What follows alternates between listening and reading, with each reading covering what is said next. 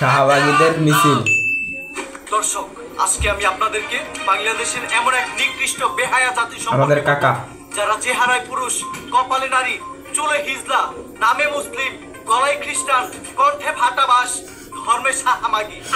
তাদের লিঙ্গ ছোটই নাকি বড়, আছেই নাকি না আছে তা এখনো জানা যায়নি। তার মানে দর্শক, আপনারা বুঝতেই পারছেন সে জাতি আর কোনো জাতি নয়, সে জাতি হচ্ছে শাহজাতি। আরে বড় ভাই, ওটা শাহজাতি না, শাহবাগী হইব।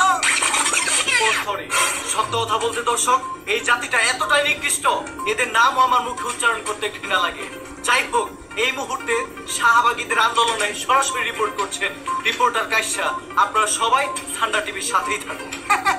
ধন্যবাদ বড় ভাই আমাকে দায়িত্বটা দেওয়ার জন্য।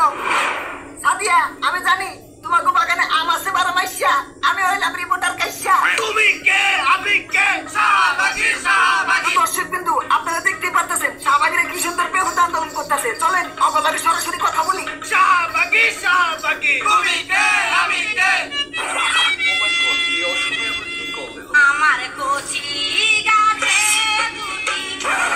হ্যালো। কি গো কুয়া, আন্দোলন করে তো পুরো ভাইরাল হয়ে গেছো। আরে ভাইয়া, কি যে বলো না, এটা তো আমাদের আন্দোলন না, এটা হচ্ছে আমাদের কাকা।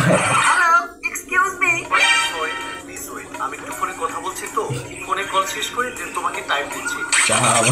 জি ভাই, বলো, how can I help you? শোনো, আমাগো কোম্পানির পক্ষ থেকে তোমার লিগে একটা বিশেষ স্পন্সরশিপের অফার আছে।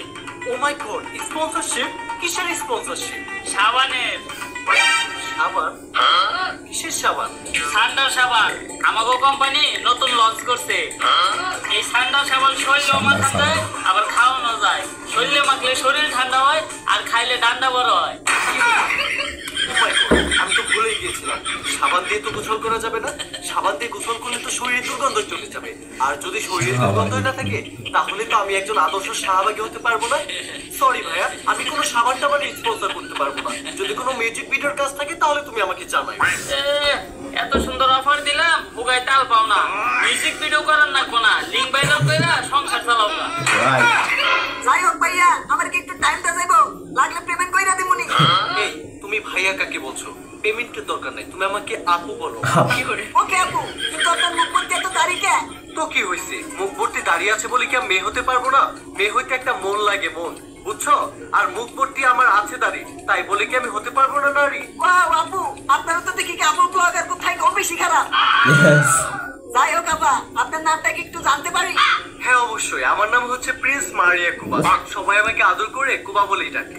ও, তাহলে আপনি সেই নির্লজ্জ মহিলা যে কিনা নিজের বান্ধবীরা দর্শিত হতে সাহায্য করছিল। অফকোর্স, এমন নিকৃষ্ট কাজ আমাদের মতো শাহবাগী ছাড়া আর কেই বা করতে পারে? আর এগুলো কোনো খারাপ কাজ না, এটা হচ্ছে একটা আর্ট। আচ্ছা আপু, মূলত আপনারা কারা, আপনাদের পরিচয়টা কি? এক্সকিউজ মি ভাইয়া, আমরা যারা শাহবাগী আছি আমাদের নির্দিষ্ট কোনো পরিচয় হয় না। আমাদের পরিচয় একটাই, সেটা হলো আমরা গর্বিত শাহবাগী। জয় বাংলা। আপনারা যে আন্দোলন করতেছেন এর মূল উদ্দেশ্য কি? থ্যাংক ইউ ভাইয়া তোমাকে এত সুন্দর একটা টেকনিক্যাল কোয়েশ্চেন করার জন্য। তুমি অবশ্যই জানো একজন সুস্থ স্বাভাবিক মানুষের কিন্তু 6টা মৌলিক অধিকার: খাদ্য, বস্ত্র, বাসস্থান, শিক্ষা, চিকিৎসা এবং বিনোদন। কিন্তু আমরা তো ভেরি গুড, সত্য কথা বলার জন্য আমরা যারা কিনা অস্বাভাবিক, পাগল, ব্যাকল গাধা রয়েছে, আমাদেরও কিছু ব্যাকল মার্কা আর কি মৌলিক অধিকার রয়েছে। যেমন ধরো, নারী পুরুষের সমান অধিকার চাই, প্রকাশের যোগ্যতা বৈধতা চাই, শাহবাগীদের নিরাপত্তা চাই, পোশাকের স্বাধীনতা চাই, সমকামিতা বৈধতা চাই এবং অ্যাবর্শন বৈধতা চাই। ওয়াও, হোয়াট আ উদ্দেশ্য! ইয়ার ফাকিং থ্যাংক ইউ। আচ্ছা আপু, আপনার কাছে জানতে চাইতেছি আপনার এখানে আসার মূল উদ্দেশ্য কি? আসলে আপনি কি চান? অ্যাকচুয়ালি আমি শাহবাগীদের নিরাপত্তা চাই। আপনারা তো নিরাপদে আছেন, আপনাকে নিরাপদের আবার ভূত মারলো কেরা? কি ব্যাপার বলছো তুমি? লাইক আমি এখান থেকে ওখানে হেঁটে যাব, আমার গাড়ি থেকে বোম মেরে উড়িয়ে দেবে না, সেটা কি কোনো নিরাপত্তা দিতে পারবে তুমি? নিরাপত্তা দিতে পারবো কিনা তা তো জানি না, কিন্তু নিরাপত্তার মাধ্যমে দিতে পারবো। গ্যারান্টি ওয়ারেন্টি দিতে পারি, পেটে বাচ্চা ধরবো না।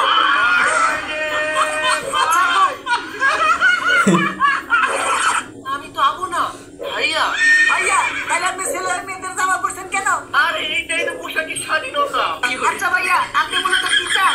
আমি চাই আমাদের দেশের যৌনতার আইনটা আর অনেক বেশি কঠোর হোক। তো ভাইয়া, আইনটা কেমন কঠোর হওয়া উচিত বলে আপনি মনে করেন? ভাই, অ্যান্সারটা আমি বলছি। মূলত আমরা কিনা যারা ভাড়ায় চালিত গাড়ি, অনেকেই আমাদেরকে ভাড়া করে তাদের মন মতো ইউজ করে, বকশিস তো দেয়ই না, আবার পেমেন্টও করে না। এটা কি কোনো কথা আপনি বলেন ভাইয়া? দাদি আপনারা দেখে মনে হইতেছে আপনি অনেক ভালো মানুষ। নাতি ভাই খালি উপরটাই দেখলাম, ভিতরটা দেখলে কইটা আমি ভালো মানুষের চুকাই না।